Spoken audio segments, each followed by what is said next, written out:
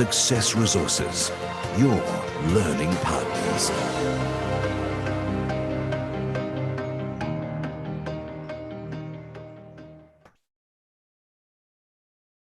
Hello, everybody. Welcome back to Bitcoin Journey to 100,000. Wow, time flies. Today, we are in the month of October. There are many global events that's affecting the world market. Every minute, every second, there's new happening. And, recently we have this Ethereum merge and price did not surge as expected. And in fact, price went down. We are going to discuss a lot of this. So currently, as we are speaking, many events are happening right now that's going to affect the market. And let's discuss. My name is Richard Tan from Success Resources. We are a world leading education provider. This is streamed live on Facebook and YouTube. We will be making videos on the incredible journey of Bitcoin to 100,000. So if this is of interest to you, do remember to join us and also invite your friends to join us right now. So I'm very delighted to bring my friend and also our teachers, Dr. Clement Chan, to the program. Now, he's no stranger to many of us. He's an authority in financial investing, very well-known teacher and coach in the art of wealth creation to many thousands and thousands of students all over the world. Welcome, Dr. Clement. Wow, Richard, thank you for having me back. It's been quite some time. I was away in Boston and today we are back in action. And, the market has transformed so radically over the past few weeks. And today we really got to dive in deep to unravel what's going on. Yes, Richard, we are ready. Yeah, so Dr. Clement, times really flies, right? Last time we were all very affected by COVID. The whole world was affected. COVID bring the world to its knee. Then we have many other crises coming around. So we are very delighted to have you here. So to enlighten us as events unfold and how do we interpret all these things. So Dr. Clement, I want to start off with a light kind of a news that is the latest in the market a couple of hours ago on Elon Musk, right? I mean, Elon Musk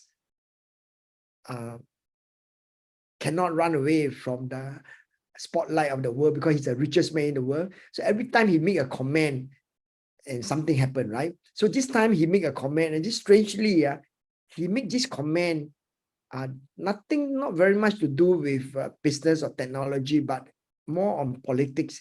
And he make a comment on China and Taiwan. In fact, he suggested that Taiwan should follow Hong Kong, and that is very sensitive, right? Hong Kong, in fact, more freer than Hong Kong. So this criticism bring a lot of comment on both sides, both China and Taipei, right? So my question to you, Dr. Clement, is this: what do you think of this statement that he made, right, just a couple of hours ago that will impact the global market?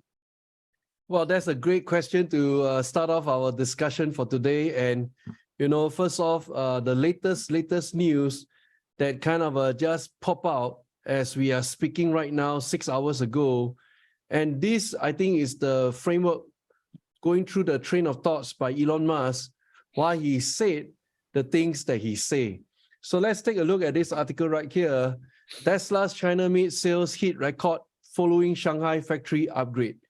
This was just published about 6 hours ago, and this is like mind-boggling record sales. No other EV companies in the world could pull off what Tesla is doing right here.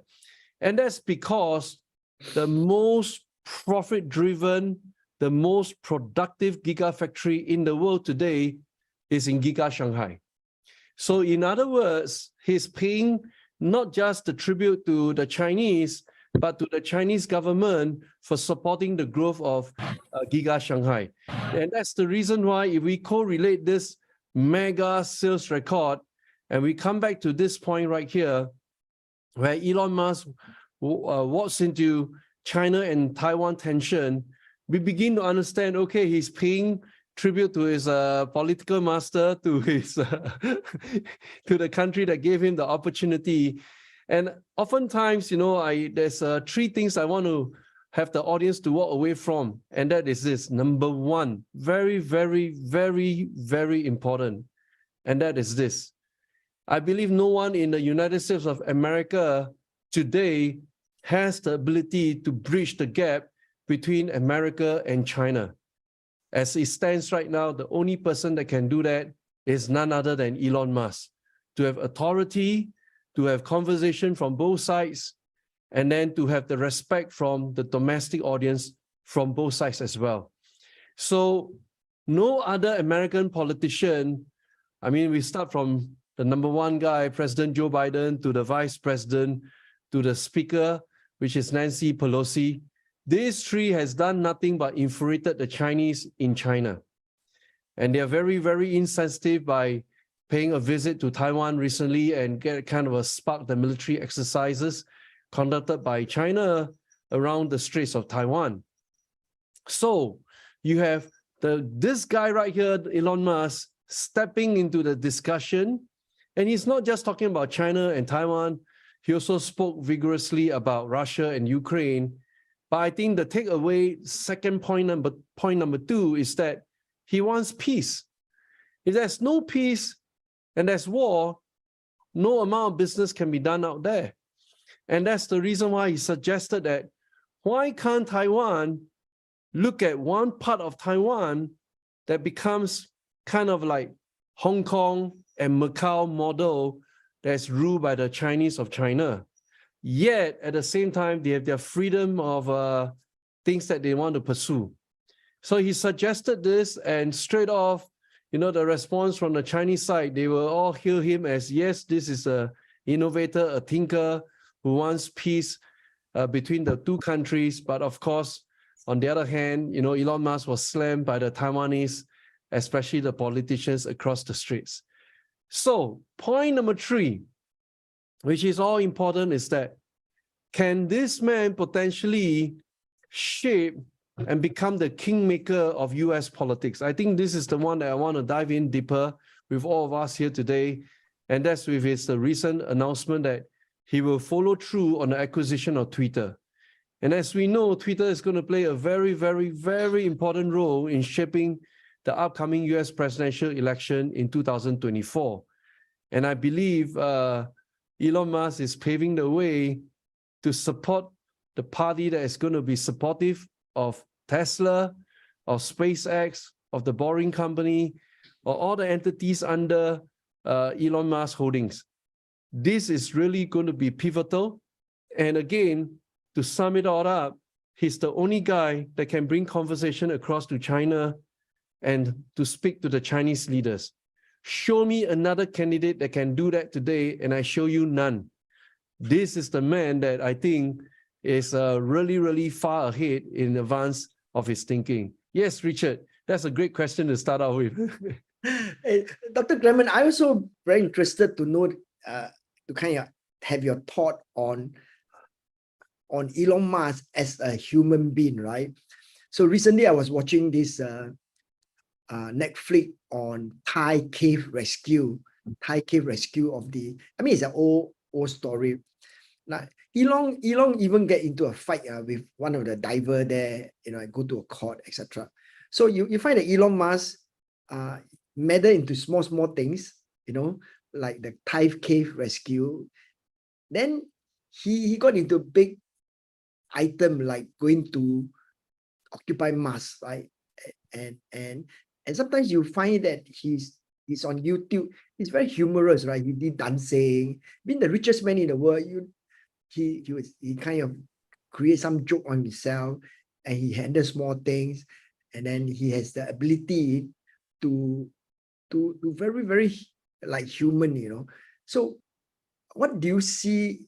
Like my question to you, Dr. Kramer, is your comment on the richest man in the world.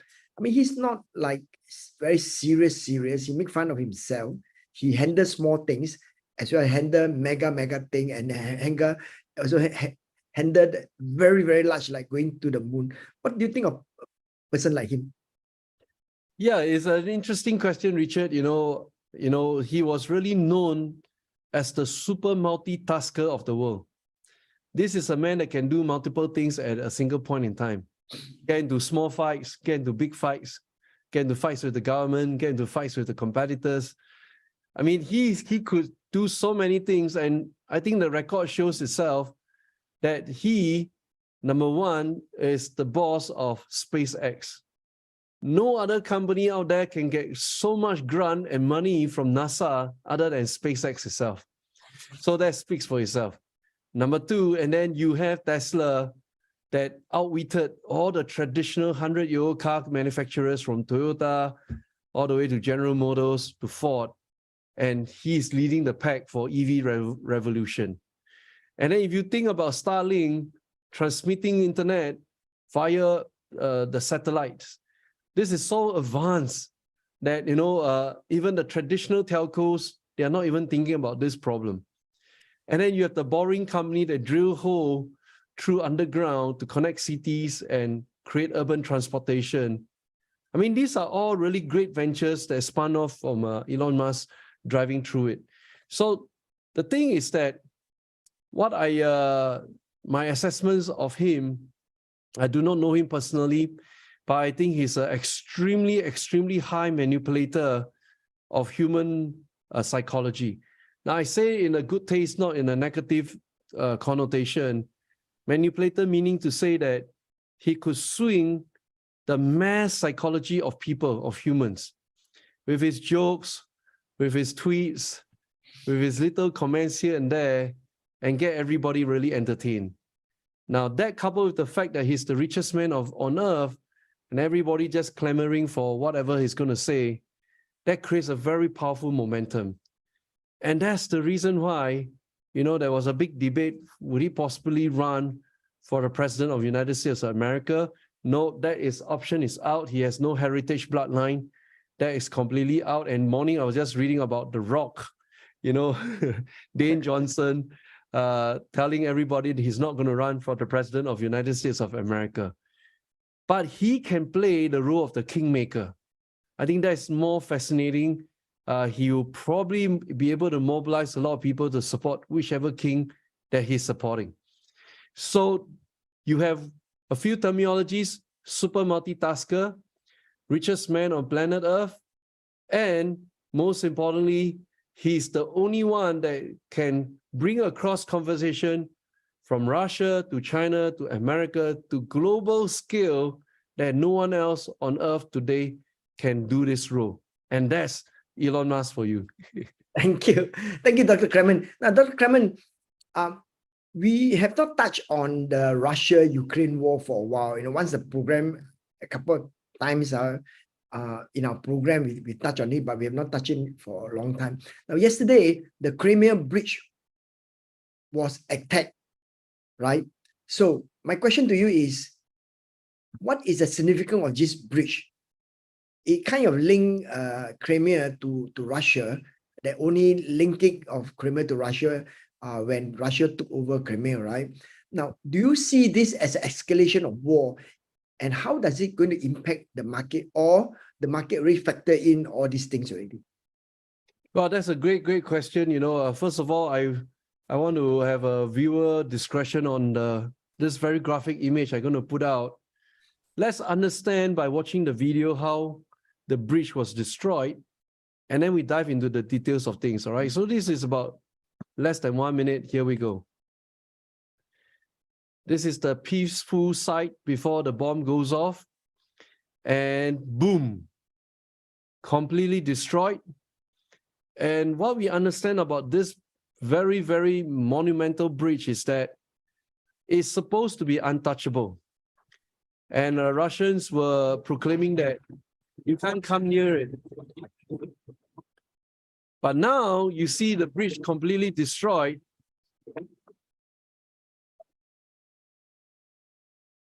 And on the other side, the rail transportation has been halted. Right? So let me pause this for a while. This is a big slap on the face. In fact, it was intentional. It was destroyed the day after Putin celebrated his birthday to slap his face after he annexed 4 of the areas within Ukraine. Now, there's more trouble that's going to come because as I'm speaking right now, numerous bombs were dropped right now at Kyiv, the capital city of Ukraine. as a form of retaliation.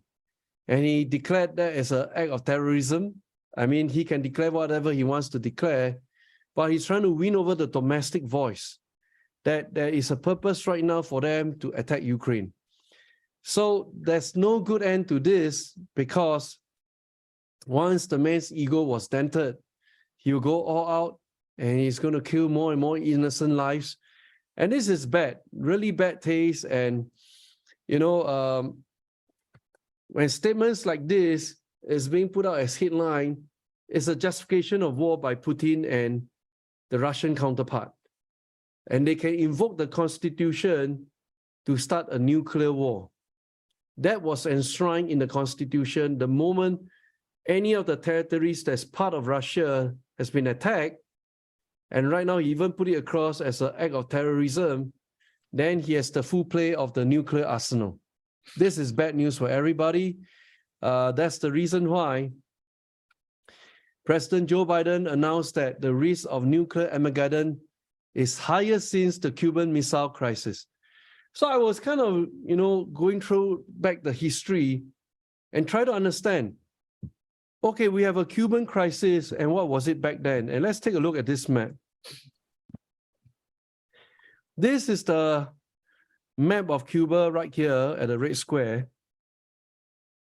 And back then, the Soviets placed their missile, their intercontinental ballistic missile, and their medium-range ballistic missiles that has a fly range to drop bombs in Boston, New York, Detroit, Chicago, Denver, Dallas, Atlanta.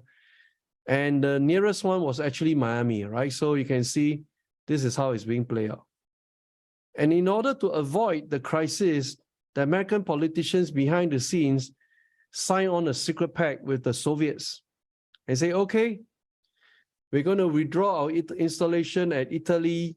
We're not going to point at Russia, but you must remove all your missiles from Cuba. And that was known as the Cuban crisis. So if you look at the Google Earth right here, you know, Richard, and it's this all started from Cuba right here, that pan across. And it's no different, if you look at the Cuban crisis back then, it is no different from urging Ukraine to step into becoming a member of NATO. So if I kind of put this into place and I search for Ukraine right now,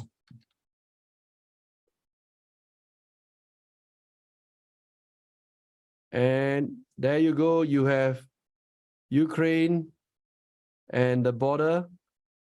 So this is no different from the current crisis, whereby if Ukraine becomes part of NATO, they could point missiles directed at Moscow.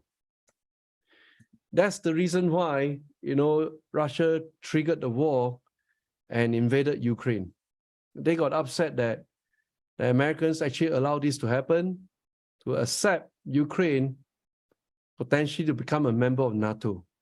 So, I mean, this is very highly complex politics, and I'm, you know, Richard, at this moment in time, working on 3 crises that are going to prepare us for the year-end rally. The first one is the energy crisis. I think there's going to be a big retaliation because the Saudis just cut the output despite the protests from the Americans. I think there'll be some retaliation from the Americans to the Middle Eastern OPEC Plus cartel. That's number one. Number two, there'll be upcoming nuclear crisis. As you can see right now, how serious it is, that they destroyed the bridge connecting to Crimea and Russia. And Russia is not going to sit back, do nothing. And thereby leading to the Fed crisis, whereby the inflation was badly managed. And we are talking about, you know, interest rate going to hit a 4.5% instead of a terminal rate of 4%. This is all bad news happening at the same time. And that is where the world we are living in today. Back to you, Richard. Okay, thank you, Dr. Kremen. Now, Dr. Kremen, we have this Armageddon crisis, like you say, we had happened before during the Cuban crisis. So do we learn anything? And if this is going to happen now, what do we do? I mean, what is your thought of if there's this nuclear crisis happening? So what shall we do? I think I give it some thought about this issue, and that's the reason why I've been encouraging all my friends. Minimally, all of you out there should have a bank account in Singapore. This is the most neutral country out there. It's small, but it's super safe. For knowledge that, we have one of the highest conscript army in the world, and I'm also liable to protect you in the event of an invasion. I'm still liable. Singapore man, as long as you're not past 50 years old, they can call you back for army. So in terms of military-wise, I think our defense system is very, very strong. But in terms of movement of money, this is the place where you need some stability.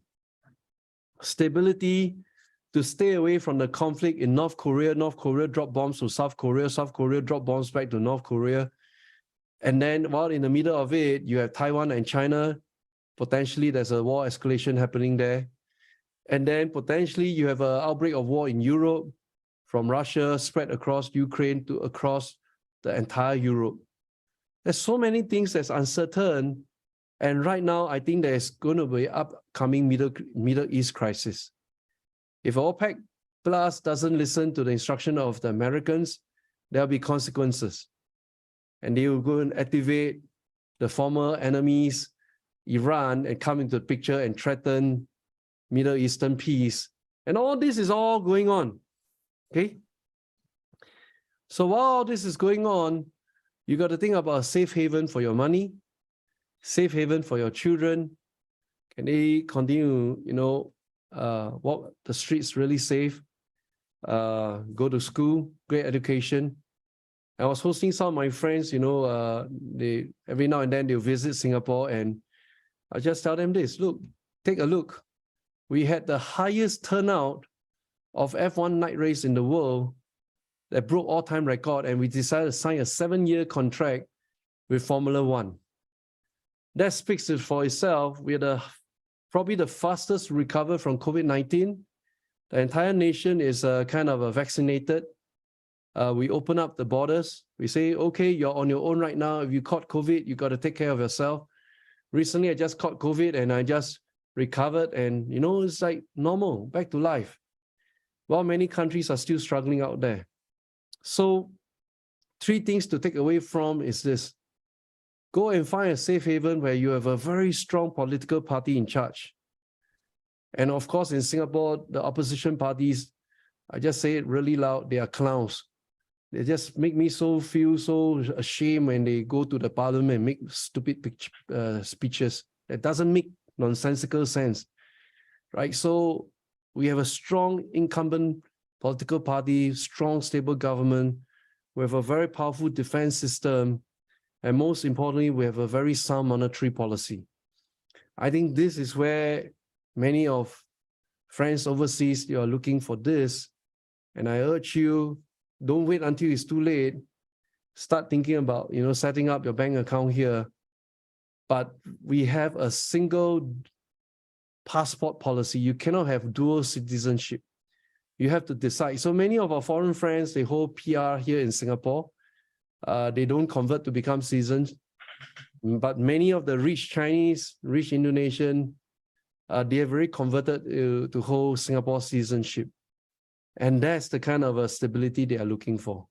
Yes, Richard. Thank you, Dr. Clement. Singapore government are thanking you for the PR that you have done. Okay, so now the world's second largest blockchain successfully transitioned to proof of stake, right? After 8 years of development process.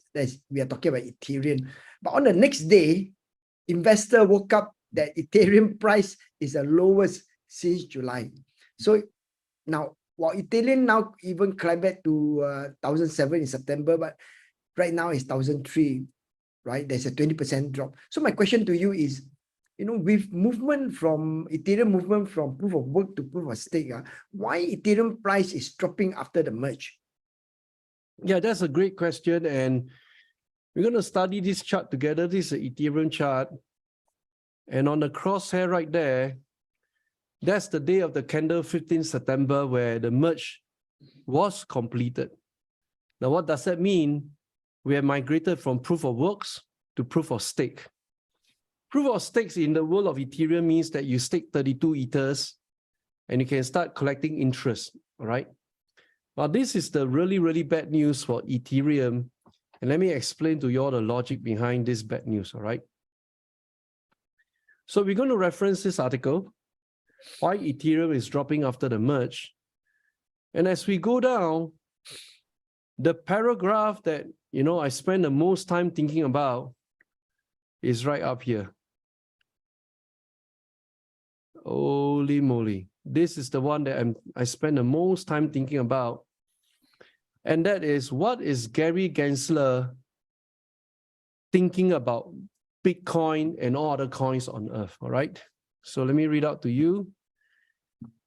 Last Thursday, SEC Chair Gary Gensler said that a token using proof of stake might contribute toward it passing the Howey test. From the coin's perspective, there is another indicia that under the Howey test, the investing public is anticipating profits based on the efforts of others. He told reporters after a congressional hearing, according to Wall Street Journal, right after the merge. That's how sick this guy is. He was waiting for the merge to take place. And given that Ethereum just switched to proof of stake, many investors on social media expressed concern that Ethereum might be Gary Gensler's next target. This is the pain. The regulators refuse to give clarity. They add more and more uncertainty. And they're trying to ring fence, don't know whoever they're trying to ring fence. And the moment Gary Gensler said a statement like this, the price of Ethereum cannot move already. Because no matter what you move, he's going to come after you. So this is the problem right now. You have a SEC chair fighting for power with the CFTC, Commission of the Federal Trade Commission. And this is really bad. Now, Bitcoin kind of have a getaway cut because of the Bitcoin futures ETF that was already listed and publicly traded. So he can't touch it anymore. It's proven. You can't backtrack the regulation. People already put money into the futures ETF. The problem is Ethereum and all other coins. This is the real pain right now.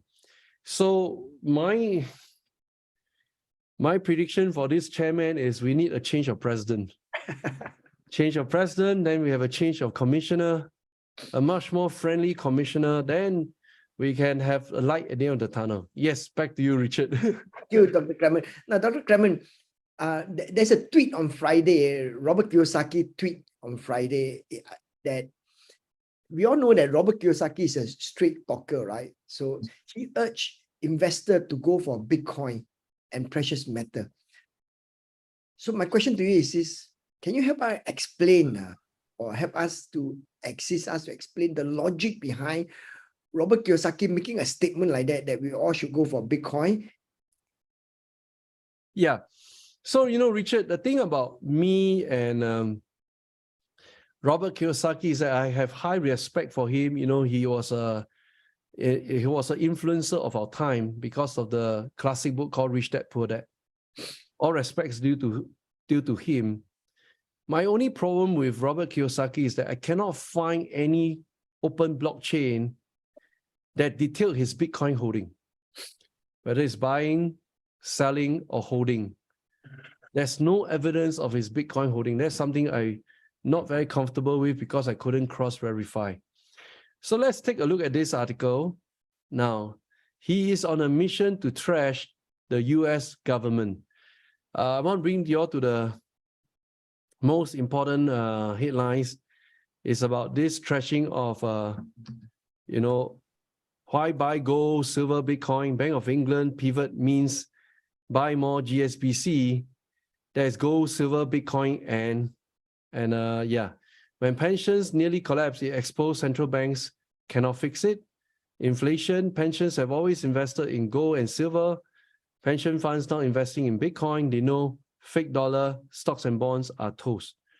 right? So you come out a general remark like this, and then you can go on down. I mean, he's such an influencer, 1.2 million followers.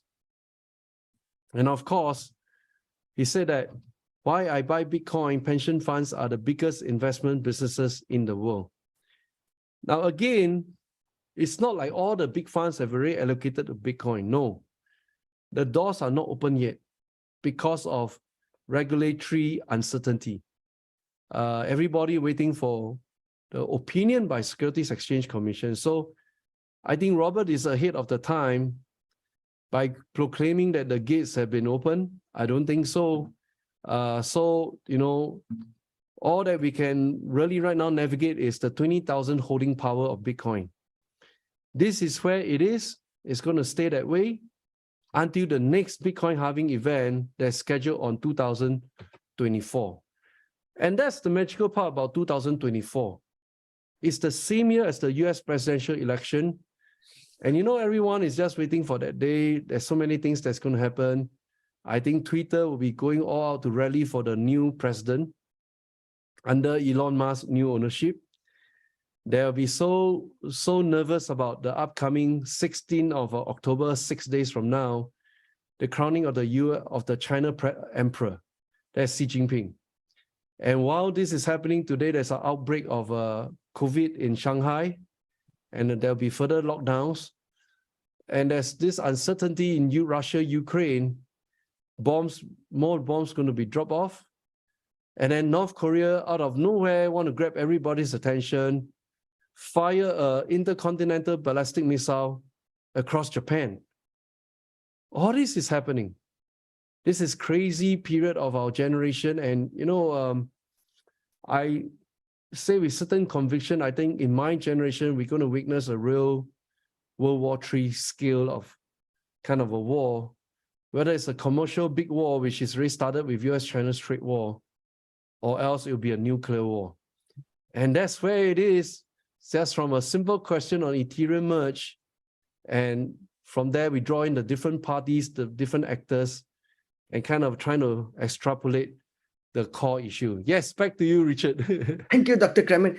Well, Dr. Kremen, this program Bitcoin journey to 100,000, you know, or conceptualized because we believe that Bitcoin is going to go to 100,000. But through all these events that's happening around the world, we don't see Bitcoin going to 100,000 in the next 1 month, 2 months. You know, it may go, but it will take a little bit of time for the market to adjust. So we just want to make an announcement that we are going to change the format of our Bitcoin journey to 100,000. So instead of doing it like in the past, we're doing on a weekly basis because we were so excited that Bitcoin is going to go to 100,000 in a week or two or a month. But then we are going to change it to a quarterly reporting, right? Like the public company, they are doing quarterly reporting. So it will not be on a weekly basis, but or monthly basis, but on a quarterly basis. Yeah. So Dr. Kremen and myself, we have carved out this date. The next Bitcoin journey to 100,000 will be in January, and then April, July, October, unless something very significant change in the market. Otherwise, we will follow this schedule, right, for the Bitcoin journey to 100,000. Now, Dr. Kremen, last question for you is a very significant question. The progress to Bitcoin halving is already 60% complete. And since the creation of Bitcoin halving is a very significant event that changes the price, etc., on the global landscape, right? So please give us some historical milestone on why every one of us should look out for this event and what preparation is there for us to do. What's your advice on the preparation for us for this Bitcoin halving? Yes, great question, Richard. And, you know, 3 things to take away for a very big event like the Bitcoin halving event is, number 1, all price increase of Bitcoin is always counted from day 1 of the halving event. So we gone through the first halving, second halving, third halving. Third halving was 2020. And then from that day onwards, the price will just shoot up. Now, why is that so? It's a phenomenon, it's a culture. And the second thing about Bitcoin halving event is that the rewards to the miners reduced by half. So it literally wiped out all the small players involved in Bitcoin mining, left only the real big, strong guys standing with power generators and all that, continue to provide a hash rate.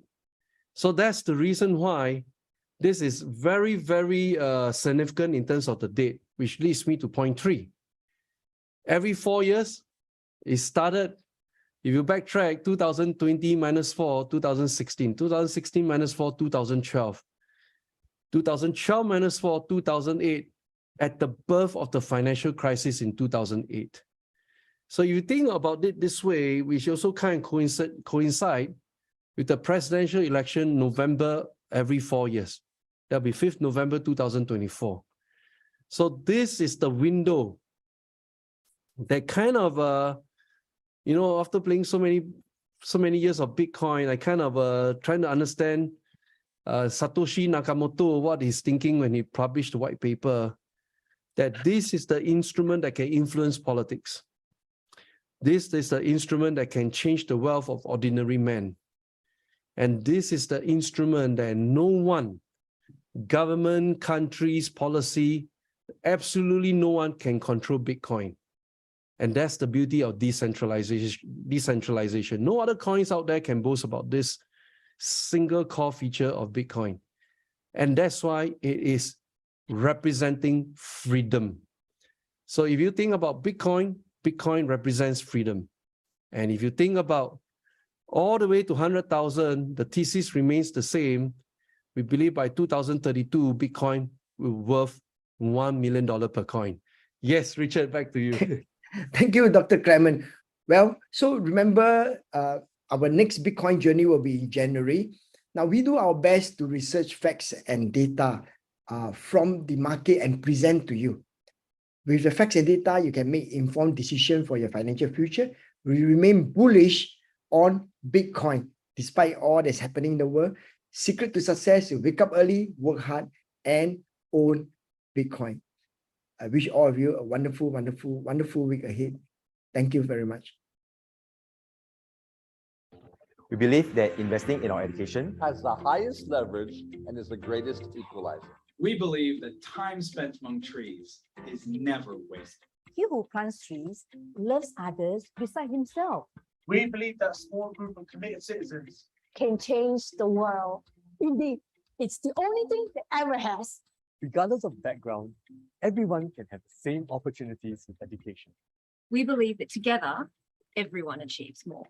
We believe that real leaders don't create followers, they create more leaders. We believe that we can learn from our competitors.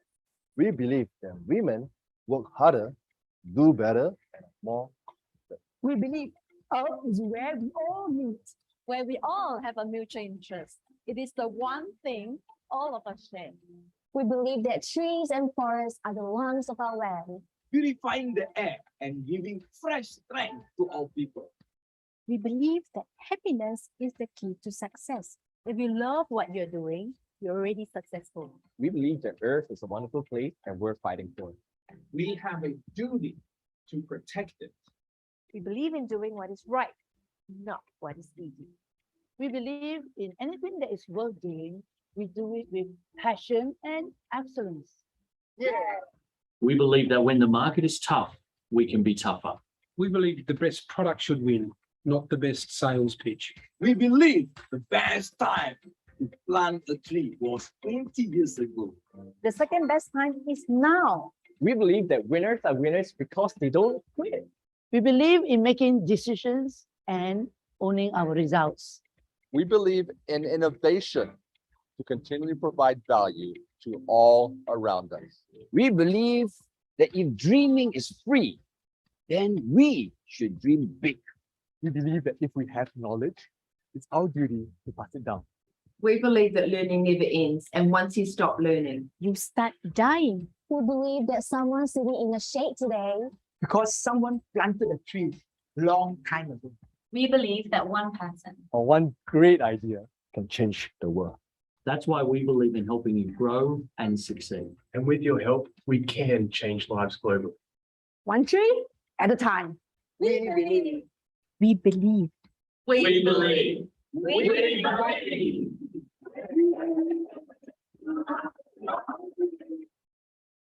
One tree at a time. Thank you for your belief in us.